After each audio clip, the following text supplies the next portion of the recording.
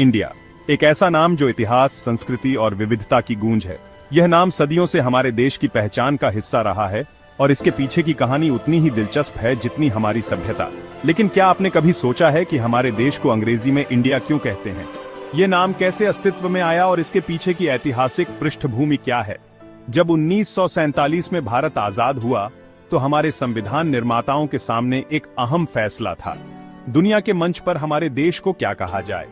यह निर्णय केवल एक नाम का नहीं था, बल्कि हमारी पहचान और विरासत का प्रतीक था। उन्होंने इंडिया चुना, एक ऐसा नाम जो दुनिया भर में पहले से ही जाना पहचाना था, लेकिन जिसकी जड़ें हमारे अतीत में गहरी हैं। इंडिया नाम सिंधु नदी से उत्पन्न हुआ, जिसे प्राचीन काल में सिंधु कहा जाता था। ये वीडियो भारत, प्राचीन कथाओं की भूमि को इंडिया कैसे कहा जाने लगा, इस दिलचस्प सफर के बारे में है।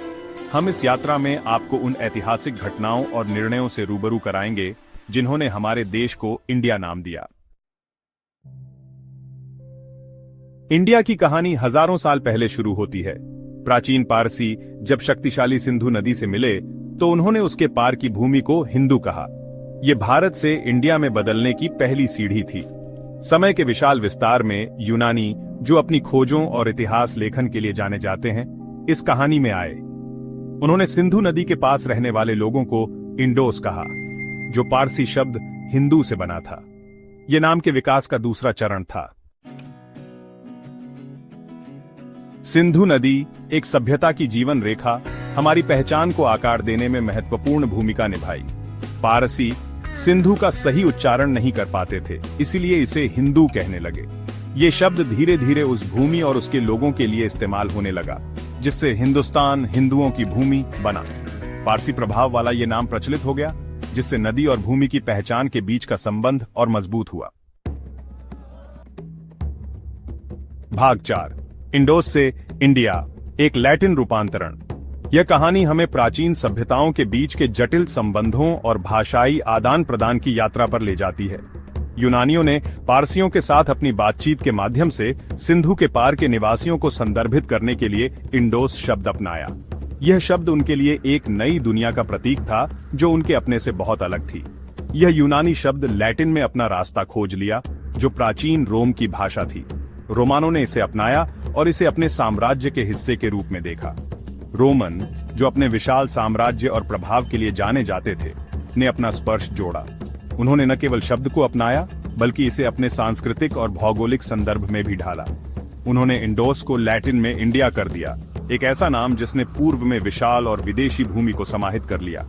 यह नाम रोमानों के लिए एक रहस्यमय और समृद्ध क्षेत्र का प्रतीक बन गया, जो उनके साम्राज्य की सीमाओं से परे था। भाग 5, साम्राज्य की विरासत, आधुनिक दुनिया में इंडिया।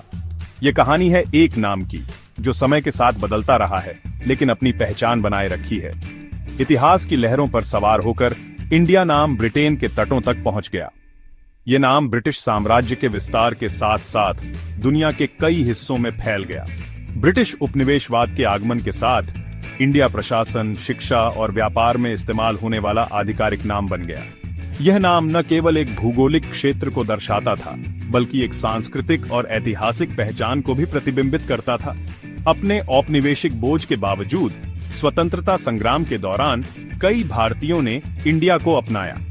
यह नाम स्वतंत्रता और आत्मसम्मान का प्रतीक बन गया, जिसने लाखों लोगों को एकजुट किया।